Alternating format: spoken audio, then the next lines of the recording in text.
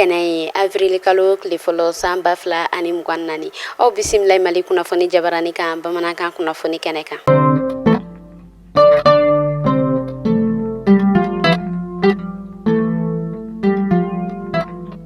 Kunnafoni daminɛna kunu karidon marisi kalo tile 31 san 2024 o yɛrɛ kɔni kun ye don belebele ni o bɛnna kerecɛn olu yɛrɛ kɔni ka seliba o kɔnɔna ma. O hukumu kɔnɔna la an ka camancɛ fanga ɲɛmɔgɔ kolonɛl Asimi Goita ale yɛrɛ bɔla ka tasibila kɛ ka ɲɛsin kerecɛnw ma u ka seli yamaruya olu yɛrɛ kɔni kɔnɔna na ka tila k'a yira u la k'a fɔ n'u yɛrɛ kɔni sɔrɔla ka duwawu don o yɛrɛ kɔni kɛ ka ɲɛsin an ka ba Maliba ma ka sabu kɛ ale bɛ gɛlɛya min kɔnɔna na ko o yɛrɛ kɔni bɛ kɛ nisɔndiyaba ye jamanadenw o yɛrɛ kɔni ma. Foli bila o yɛrɛ kɔni bɔla an ka camancɛ fanga ale yɔrɔ. Bolimafɛn sen filatigiw olu yɛrɛ kɔni ka bugunnatigɛ sɛbɛn o tali a yirala k'a fɔ o b'a la ka waleya fɔ ka taa se avril kalo tile 30 o yɛrɛ kɔni ma. U y'a yira k'a fɔ ni e maa min ma se ka i ka o papiye o yɛrɛ kɔni sɔrɔ nin wagati kɔfɔta in o kɔnɔna na ko ɲagini o yɛrɛ kɔni bɛ da o ma kɔfɔta ninnu kan. Kunnafoniyaw olu yɛrɛ kɔni bɔla an ka Bamakɔ miiriba ale yɔrɔ.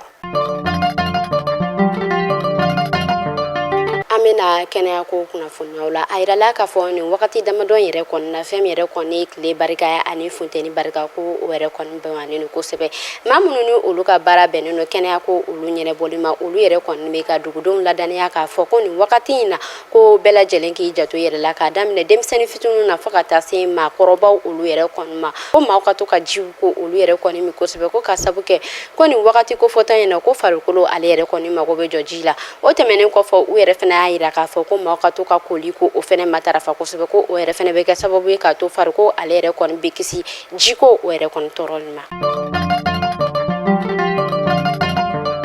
Kunu karidon marisi kalo tile 31 san 2024 kɔnɔna na jɛkulu min yɛrɛ bɛ yen nɔ ni ale bɛ wele ko ADEMA ale ni politiki jɛkulu caman olu yɛrɛ kɔni ɲɔgɔn dalajɛ o yɛrɛ kɔni kɛ ka laɲini dɔ ko o yɛrɛ kɔni sigi sen kan. Laɲini o yɛrɛ kɔni bɛ ka boli min kan o de ye k'a yira k'a fɔ fɛn min yɛrɛ kɔni ye jamana ɲɛmɔgɔ kalata ye ko waati jɔnjɔn o yɛrɛ kɔni ka se ka fɔ o la ka jamanadenw ladɔnniya o ko la.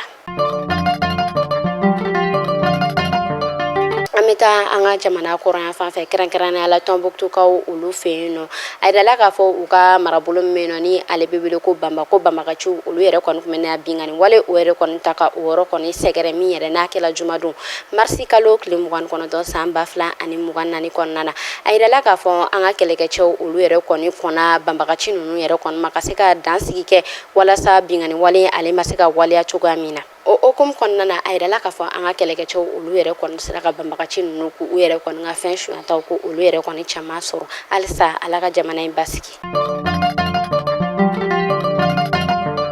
Tunga lafiya ka san 2024 programme e maa min bɛ yen nɔ ko terrain t'i bolo terrain bɛ tunga lafiya bolo banankɔrɔninkaw fɛ yen nɔ terrain kelen-kelenna bɛɛ lajɛlen titre foncier de 15/20 i bɛ se k'a dɔgɔdɔgɔnin sara kalo kalo euro wari 573 awɔ euro wari 573 fo san kelen o kɔnɔna la walima euro wari 380 kalo 18 kɔnɔna la terrain yɛrɛ musaka ye sefa wari 4,400,000 ye n'i tilala terrain sarali la terrain papier ale bɛ kɛ i ta ye e maa min fana bɛ yen nɔ ko terrain b'i bolo i bɛ fɛ k'a jɔ a musaka bɛɛ t'i bolo yɔrɔnin kelen i bɛ se k'i sen don tunga lafiya ka tɔn na ni o ye pari ye n'o ye sojɔ tɔn ye o tuma la san 2024 tɔgɔ sɛbɛn olu daminɛna villa simple ale ye 26,000,000 ye a tɔn wari ye euro wari 580 ye étage duplex ale ye 42,000,000 ye a tɔn wari ye euro wari 780 ye n'i bɛ fɛ ka i tɔgɔ sɛbɛn a wele an ka nɛgɛjuru sira la e maa min fana bɛ yen nɔ ko appartement ka di ye tunga lafiya bɛna appartement kɛ banankɔrɔninkaw fɛ yen nɔ appartement sɔngɔ ye 24,000,000 ye i bɛ se k'ale fana dɔgɔdɔgɔnin sara euro wari 720 fo san 4 o kɔnɔna la awɔ san 4 tunga lafiya nana tungarankew olu lafiyali kama o tuma la an ka nɛgɛjuru sira a y'o banba 00223 72 18 42 47 walima 00336 41 94 03 80 tunga lafiya ka laɲini ye fɛn min ye maliyɛnden minnu sigilen bɛ jamana kɔ kan u bɛɛ ka se ka so kelen-kelen sɔrɔ ba Maliba ale kɔnɔna la. an bɛ taa kɔkan kibaru la kɛrɛnkɛrɛnnenya la irisikaw olu fɛ yen nɔ a yirala k'a fɔ irisi kɔkan ko minisiri ale yɛrɛ kɔni bɔla ka kunnafoniya di kunnafoniya minnu kɔnɔna na ni a y'a yira k'a fɔ ko u yɛrɛ kɔni bɛna a yirala k'a fɔ u yɛrɛ kɔni bɛna ɲagini sɛbɛn ci ikranikaw olu yɛrɛ kɔni ma ka sabu kɛ bingani wale min ni o yɛrɛ kɔni kɛla u ka yɔrɔ la ni ale bɛ wele ko krokisiti maa minnu yɛrɛ ni olu yɛrɛ kɔni senyɛla ni bingani wale o yɛrɛ kɔni na o tɛmɛnen kɔfɛ u tilala tuguni k'a yira k'a fɔ ɲagini sɛbɛn o yɛrɛ kɔni bɛ ka ciya ka se banbagaci minnu fɛnɛ ni olu yɛrɛ kɔni senyɛla ni ko kɔfɔta in na Senegali ni a yirala k'a fɔ olu ka jamana ɲɛmɔgɔ kalata o yɛrɛ kɔni kɛla ni wagati damadɔ in na kunnafoniyaw olu yɛrɛ kɔni bɔla k'a yira k'a fɔ ko u ka jamana ɲɛmɔgɔ kura Basiru Joma Faye ko ale yɛrɛ kɔni ye kunnafoniya dɔw bila k'a yira k'a fɔ ko ni ale yɛrɛ kɔni ka ko olu ni ale yɛrɛ kɔni ka baara bɛɛ o yɛrɛ kɔni sigila sen kan ko ale yɛrɛ kɔni bɛna wuli ka jɔ ko o yɛrɛ kɔni kɛ walasa AES jamanaw Mali Burkina ale ni Niger ko olu yɛrɛ kɔni bɛ se ka segin ka na CEDEAO o yɛrɛ kɔni na cogoya min na halisa an bɛ to Senegali ale ka kunnafoniyaw olu kɔnɔna na a yirala k'a fɔ fɛn min yɛrɛ kɔni ye BCEAO ye ko o yɛrɛ kɔni ye foli bilaba o yɛrɛ kɔni kɛ ka ɲɛsin Senegalikaw ma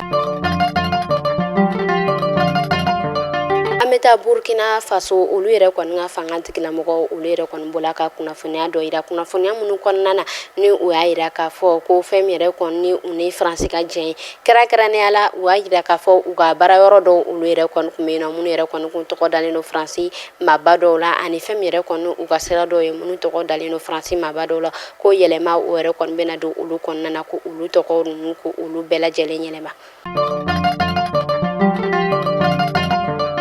kunnafoni kuncɛla an bɛ segin ka na an ka ba Maliba o kɔnɔna na arajo baarakɛlaw ni kunnafoniso bɛɛ olu yɛrɛ kɔni dusuma kasɛlilen don kosɛbɛ ka sabu kɛ fɛn min yɛrɛ kɔni ye an baaraɲɔgɔn ye ni ale yɛrɛ ye arajo jɛkafɔ ale ɲɛmɔgɔ ye ni ale bɛ wele ko Dieudonné Dako kunnafoniyaw y'a yira k'a fɔ Ala ka kalifa o yɛrɛ kɔni sela ale ma ni a ka suturali o yɛrɛ kɔni kan ka kɛ bi avril kalo tile fɔlɔ san 2024 kɔnɔna na an bɛ Ala deli badanɛ ma Ala k'o di ani alisilamɛ su bɛɛ lajɛlen ma kan an yɛrɛ ɲɛ k'an ta don kɔnɔ